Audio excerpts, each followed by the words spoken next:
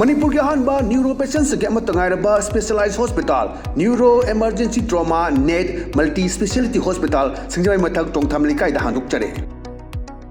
hospital असना मरुइना BP stroke brain tumour लंबी की खुदोंगथिबा spinal disc prolapse spinal tumour अमदी माइग्रेन चिंगबा लायंगली हॉस्पिटल असदा न्यूरो की लायंग चंगबा अफब मखल की खुसु खुलाई अमदी मेशिन मरांग कायदे लई मसिना कोक मरी लेनबा तोंगान तोंबा मखल की अनाबसिंग निंगथिना लायंगली लमदम मसिदा neuro surgeon यामना तांगरिबा मरमना चिंगमदी अरापा मफमदगी Lakpa अनाबसिंग neuro surgeon उननब होनबदा अवाबा क्या मायोंगदरी मसिदा सुनतना मतम तिंथना अनाबा लायंगना मरम ओरगा खुदोंथिबा क्या सुमायोंगदरी मसी पुनमक्तगी खरदो ओरबसु कन्ननबा doctor Parkinson Singh MCS neuro surgery AIIMS new दिल्लीना मसामकी हॉस्पिटल असिदा पुंग कुनमरी लेदुना अनाबा सिंह लायंगली हॉस्पिटल असिदा अताब ममलदा लायंग बतनतना ओपीडी जनरल अमदी ICU beds operation medicine x-ray अमदी लैब कमरी लेनबसनसु अताब ममलदा फंगल्ली ngasi magdenshin biro amadi kudong saba singa silobiyo hena kuba mrol gidamag hospital asigi telephone number 7005534166 natraga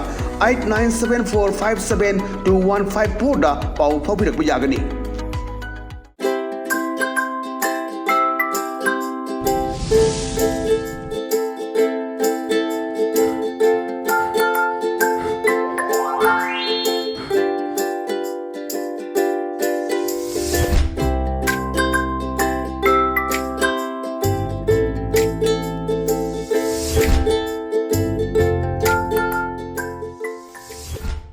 Kromjare ELITETV ge test cartoon mahau meng ta video su han taramok churi maru ding sim fala phong pau se singi cartoon singda cartoonist na kari haning liba kari phonong liba kari wakal khalang liba do myam sunong thamjage amalo khujage sanga express ki onthok pani da is da onthok pani jayeng view am phajaba lohong bagi sinamani haji kundo hopagi sinni myam se leire board sinaba kaina sinaba board di kaina na kundo huk tore ada kaina sina habani horen ne nangi chak lukhak chawga di hair kanu kona kundu hom dai da haibagi sinama kaman imagination tawbune aiga bbs na da amasna khumai boss na habi roida aigi khaini ga talabka chage da habi rakano na yenaraga chaba gi film ni khaini chaba dagi talab chaba modagi ni raga dum khangnaring da pakhang ni sabi oinaring da maguni gun khangle gi baki mong ne duna aji lukhak chaba gi chana bi sia chawa isu mo oi yamna phajaba londa khandogadi afaba oiba mu phattaba londa khandogadi lukha aiba leiponti akhone lukha aremba gaise myam je loina aremba si kana kana di phajana longsanaraga khaidoga chabnina freezer thambaga dum chasandana economy da chaw mateng oiba myam su yawribani maida khoi gi di chanabi ne dana khoi lukha chaba du chaba na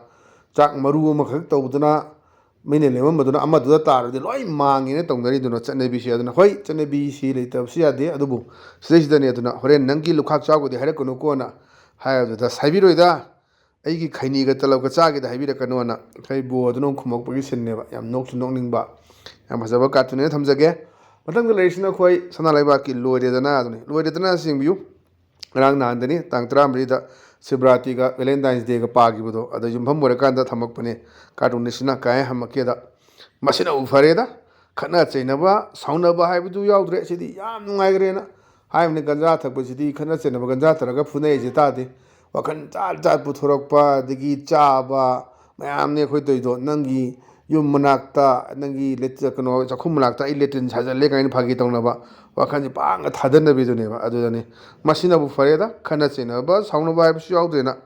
amasina khume masisu prabhu gi lila tare dunena aseng mane duna ganja si to basi khoi manipur ganja si yam phayena to panda karba to ba ganja karba taroga bhot lekhiba bot ka gi ba mayam lekhre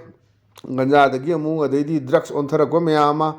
ada 1977 dagi horakanda duni khoi tiga dana bolepa dagi 2000 series lakanda di khoi drug lalma kangbu adagi kangmuna khoi gi bolepagi khoi legislative member oirakpagi wafum yawe na khoi gi hanagi is khoi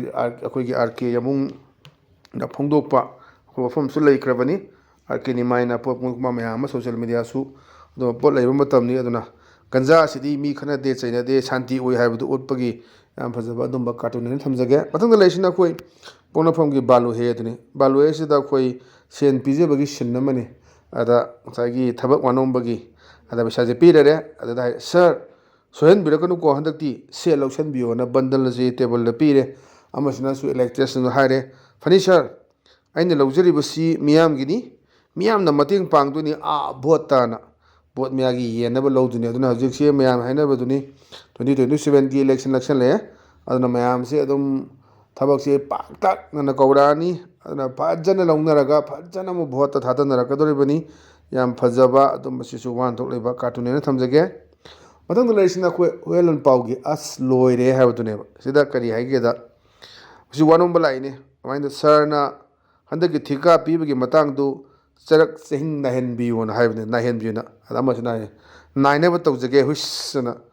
ꯑꯗꯨꯅ ꯊꯤꯀꯥ ꯆꯔꯛ ꯆꯍꯤꯡ ꯅꯥꯏꯔꯒ ꯀꯥꯟꯅꯕ ꯃꯌꯥꯝ ꯑꯃ ꯈꯠꯅꯕ ꯇꯧꯅꯕ ꯃꯌꯥꯝ ꯑꯃ ꯂꯩꯕ ꯊꯣꯛꯇꯕ ꯅꯠꯇꯦ ꯑꯗꯨꯅꯤ ꯆꯔꯛ ꯆꯍꯤꯡ ꯈꯔ ꯅꯥꯏꯍꯟꯕꯤꯌꯨꯅ ꯉꯁꯥꯏ ꯋꯥꯅꯣꯝ ꯂꯥꯛꯏꯅꯦ ꯊꯑꯣꯏꯅ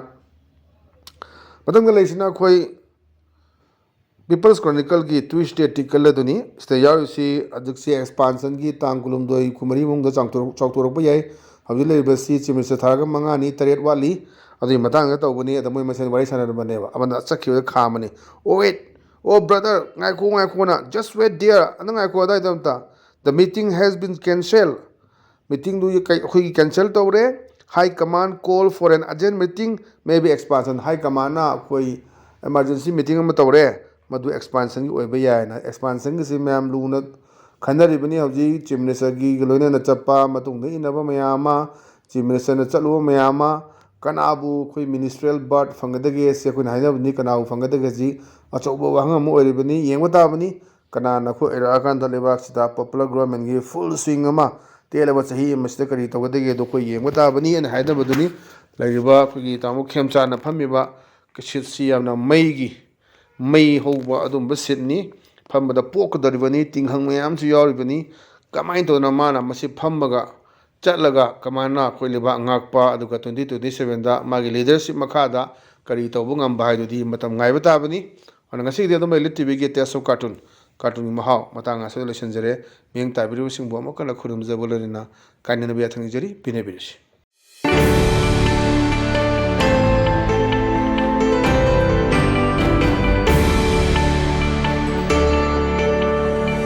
Manipur के अहानबा न्यूरो पेशेंट्स के अमत ngairaba specialised hospital neuro emergency trauma नेट मल्टी स्पेशलिटी हॉस्पिटल सिंगजमai मथक टोंगथाम लिकाई दा हानुक चरे